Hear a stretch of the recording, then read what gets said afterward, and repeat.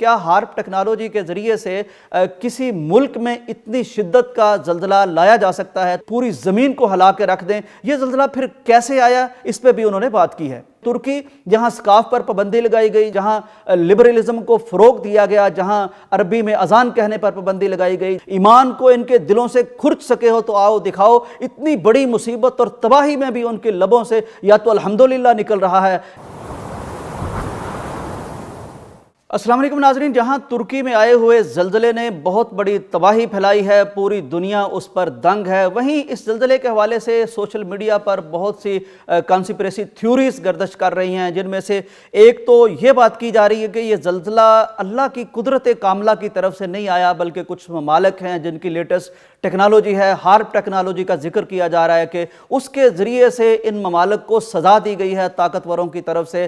زمین ہلا دی گئی ہے، زلزلہ لایا گیا ہے، خود سے لایا گیا ہے، اور ترکی کو اس کی لیڈرشپ کی یا اس کے اسلام کی سزا دینے کی کوشش کی گئی ہے۔ اس کی حقیقت یا کیا ہے، اس پہ بھی ہم بات کریں گے۔ ایک اور بات سوشل میڈیا پر کی جا رہی ہے کہ وہ ڈچ سائنٹسٹ جس نے پیشین گوئی کی تھی اس زلزلے کی، جو ترکی اور شام میں لبنان وغیرہ میں آیا ہے، تو اس کے ریکٹر اسکیل پر جو شدت ہے وہ بھی بتا دی تھی۔ یہ ڈچ سائنٹسٹ ہے، اس کا نام ہے فرینک ہوگر بیٹس۔ اس نے 3 دن پہلے جو پیشین گوئی کی تھی، اصل بات یہ ہے کہ اس میں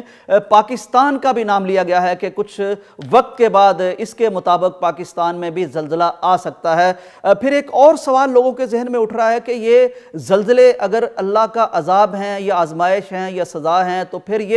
مسلمانوں پر کیوں آتے ہیں؟ بہت سے اور لوگ ہیں جو اس سے زیادہ گنہگار ہو سکتے ہیں، وہاں کیوں نہیں آتے؟ تو یہ کیا اہل ترک کو یا جہاں زلزلہ آتا ہے ان کے لیے سزا ہوتی ہے؟ اس پہ ہم تینوں چیزوں پہ بات کرتے ہیں۔ پہلے ہم ہارپ ٹیکنالوجی کی بات کر لیتے ہیں کہ اس حوالے سے ماہرین کیا کہتے ہیں، ایکسپرٹس کیا کہتے ہیں۔ میں نے مختلف لوگوں کو اس حوالے سے دیکھا جو اس فیلڈ سے وابستہ ہیں، منسلک ہیں۔ انہی میں سے ایک شخص، کچھ اور بھی ہیں، ایک شخص میں آپ کے سامنے رکھنا چاہتا ہوں۔ یہ جناب زاہد رفیع صاحب ہیں، یہ بہت ایکسپرٹ ہیں، ارضیات کے اور جیولوجی کے ایکسپرٹ ہیں، ارتھ کویک ایکسپرٹ ہیں، international institute of seismology and earthquake engineering Japan سے یہ فارغ التحصیل ہیں، اور آج کل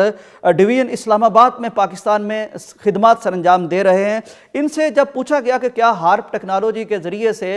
کسی ملک میں اتنی شدت کا زلزلہ لایا جا سکتا ہے، تو ان کا جواب جو انہوں نے اپنی علم و دانش کی بنا پر دیا، جو اپنے ایکسپیرینس کی بنا پر دیا، جاپان میں آپ کو معلوم ہے کہ دنیا کے تقریباً سب سے زیادہ زلزلے آتے ہیں، تو وہاں سے پڑھ کے آئے ہوئے انہوں نے بتایا کہ 2005 میں بھی یہ بات بہت کی گئی تھی کہ یہ زلزلہ شاید کچھ طاقتیں ہیں جو کچھ ممالک کو سزا دینے کے لیے لاتی ہیں۔ وہ کہتے ہیں صرف 5.5 تک کا زلزلہ لانے کے لیے بہت بڑا ایٹمی دھماکہ درکار ہوگا، تو 7 پوائنٹ سمتھنگ جو زلزلہ اس شدت کا آتا ہے، یہ بھی انسان کے پاس نہ اتنی طاقت ہے، نہ ایسی کوئی ٹیکنالوجی ہے۔ یہ میرے اللہ کی قدرت کاملہ کا معاملہ ہے کہ اسی کی طرف سے یہ زلزلہ آتا ہے۔ تو لہٰذا یہ جو کانسپریسی تھیوریز ہوتی ہیں، تو میرا خیال ہے علم اور تحقیق کی بنیاد پر اگر کوئی ایویڈنس اور ثبوت اور دلیل ملے تو ہمیں اس کی طرف جانا چاہیے، ورنہ یہ ساری کائنات میرے اللہ کے قبضہ قدرت اور اختیار میں ہے۔ انسانوں کو اللہ نے بڑی عقل دی ہے، لیکن اتنی نہیں دی کہ یہ پوری زمین کو ہلا کے رکھ دیں۔ یہ زلزلہ پھر کیسے آیا، اس پہ بھی انہوں نے بات کی ہے۔ ان کا کہنا ہے کہ اناطولیہ فالٹ میں زیر زمین چٹانیں ٹوٹنے کی وجہ سے یہ اتنا شدید زلزلہ آیا ہے۔ وہ کہتے ہیں کہ ترکی کے جنوب مشرقی علاقے میں واقع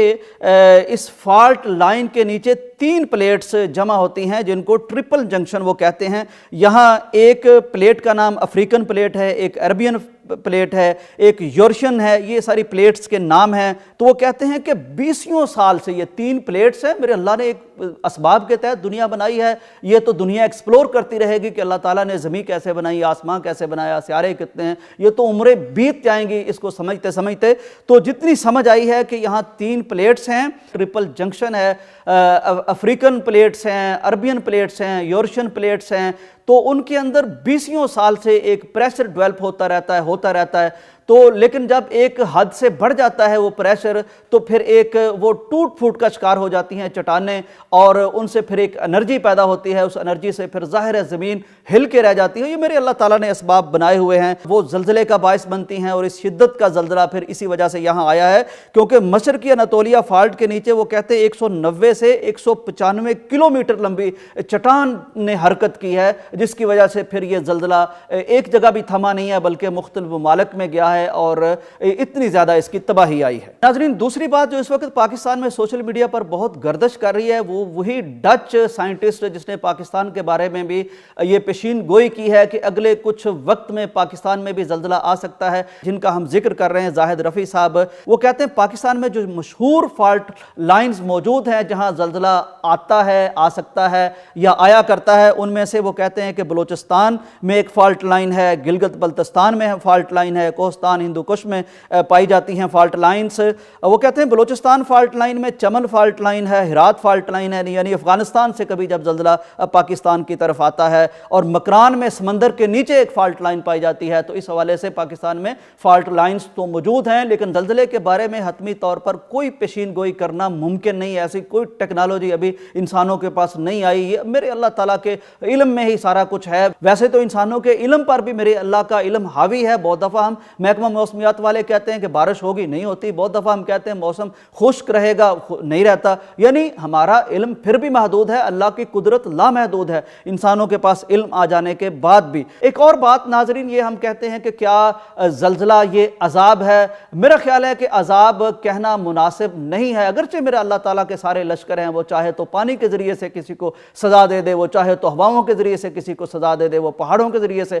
سزا دے دے، وہ زمین میں کسی کو قارون وغیرہ کو دنسا دے۔ یہ سارے میرے اللہ کے لشکر ہیں۔ وہ چاہے تو ابرا کو، چڑیوں کی چھوٹی چھوٹی چونچوں کو ایٹم بنا کے ان پر گرائے اور وہ کھایا ہوا بھوس ہو جائیں۔ میں نے تو اپنی طالب علمانہ بصیرت سے ایک چیز جو سیکھی ہے وہ یہ ہے کہ یا تو میرے اللہ کا اس طرح کی جو آزمائش آتی ہے وہ بہت نافرمانوں اور سرکشوں پر آتی ہے، جن پر اتمام حجت ہو چکا ہوتا ہے اور جن سے خیر کی کوئی توقع انسانیت کو نہیں ہوتی، اس پہ پھر اللہ کا عذاب آتا ہے۔ لیکن آزمائش اللہ کے پیاروں پر میں نے تو بہت آتے دیکھی۔ آپ دیکھیے صحابہ کرام کی زندگی دیکھ لیجئے، پیارے پیغمبر کی زندگی دیکھ لیجئے، کیا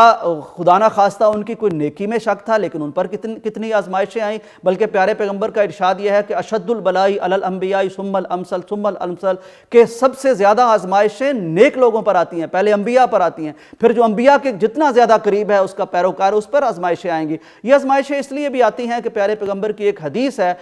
نبی کائنات نے اللہ تبارک و تعالیٰ سے یہ درخواست کی، یہ التجا کی کہ اے میرے اللہ، میری جو امت ہے اس کو آخرت کے عذاب سے محفوظ رکھنا، اس کی آزمائش دنیا میں ہی تھوڑی بہت کر لینا۔ تو اس لیے بھی یہ آزمائشیں آتی رہتی ہیں۔ اور میں تو کہتا ہوں کہ ترکیوں پر یہ جو آزمائش آئی ہے اس نے تو دھنگ کر کے رکھ دیا ہے دیکھنے والوں کو۔ زلزلے میں سے ایک بہت بڑا اعلان میرا اللہ دنیا کو دکھانا چاہتا ہے کہ یہی وہ ترکی ہے نا کہ جس میں تم نے بہت محنت کی تھی سیکولرزم لانے کی، ثقافت پہ پابندی لگانے کی، اذان پہ پابندی لگانے کی، ایمان کو ان کے دلوں سے کھرچ سکے ہو تو آؤ دکھاؤ۔ اتنی بڑی مصیبت اور تباہی میں بھی ان کے لبوں سے یا تو الحمدللہ نکل رہا ہے یا اللہ کا شکر نکل رہا ہے یا کلمہ نکل رہا ہے۔ تو یہ بہت بڑی ایک بات ہے، بہت بڑا ایک منظر ہے، بہت بڑا میرا اللہ دنیا کو کچھ دکھانا چاہتا ہے کہ یہ جو اس کے ماننے والے ہوتے ہیں وہ صرف آسائشوں میں ہی اس پہ ایمان نہیں لاتے، بلکہ مصیبتوں میں، تنگیوں میں بھی وہ اس کے ساتھ ہی جڑ کے کھڑے ہوتے ہیں، اسی کا نام لیتے ہوئے دکھائی دیتے ہیں۔ اگر بات کی جائے کہ گناہوں کی وجہ سے تو ٹھیک ہے، گناہوں کی وجہ سے تو ہر شخص ہی گنہگار ہے، بلکہ قرآن مجید میں آیت ہے کہ اگر اللہ تمہارے گناہوں پر تمہیں پکڑنا چاہے تو تم کیا یہاں کوئی جانور بھی نہ بچے۔ میرے اللہ کا نظام عدل اس طرح کا ہے، نظام انصاف اس طرح کا ہے، لیکن چونکہ اس نے اپنے عرش پر لکھوا رکھا ہے کہ اس کے غصے پر اس کا رحم غالب ہے، اس کے نظام عدل پر، اس کے نظام یہ جو انتقام ہے یا سزا دینی ہے گناہوں کے مطابق، اس پر میرے اللہ کا نظام رحم غالب ہے، اس لیے میرا اللہ معاف کرتا رہتا ہے۔ تو یہ وہ آزمائشیں ہیں جو انسانوں کو سرخرو کرتی ہیں۔ کچھ درجے اللہ نے کچھ قوموں کو، کچھ انسانوں کو دینے ہوتے ہیں اور کئی دفعہ وہ اس کے قابل نہیں ہوتے، پھر اللہ ان پہ کوئی آزمائش اور کوئی امتحان ڈالتا ہے، وہ اس میں صبر کر کے اس بلند مقام تک پہنچ جاتے ہیں۔ ہمارا ترکیوں کے بارے میں، اپنے بھائیوں کے بارے میں، سسکتے ہوئے بہن بھائیوں کے بارے میں یہی حسن ظن ہے، یہی گمان ہے کہ انشاءاللہ تعالیٰ اللہ انہیں اور سر بلند کرے گا، اللہ تعالیٰ ان کی مزید حفاظت فرمائے اور اللہ تعالیٰ ان کے شہداء کو جنت الفردوس میں جگہ عطا فرمائے، پوری امت مسلمہ کی اللہ حفاظت فرمائے، اللہ پاکستان کی حفاظت فرمائے۔ بہرحال یہ وقت اللہ کے ساتھ جڑنے کا ہے، اس طرح کی کانسپریسی تھیوریز میں پڑھ کے اپنے رب کو بھلانے کا، اپنے گناہوں سے صرف نظر کرنے کا اور اس طرح کی چیزوں میں الجھ جانے کا نہیں ہے۔ اللہ سے جڑنے کا وقت ہے، زندگی ہو، موت ہو، یہاں ہو، اگلے جہان میں ہو، اللہ کے ساتھ اگر ہمارا تعلق ہے تو ہم کامیاب ہی کامیاب ہیں، خواہ ہم زلزلوں میں چلے جائیں یا بچ جائیں، اور خواہ ہم آخرت میں پہنچ جائیں یا ہم اس دنیا میں موجود ہوں، اللہ کے ساتھ تعلق ہی اصل کامیابی ہے، اصل کامرانی ہے۔ اسی کی ہمیں اللہ تعالیٰ سے دعا کرنی چاہیے، توفیق مانگنی چاہیے۔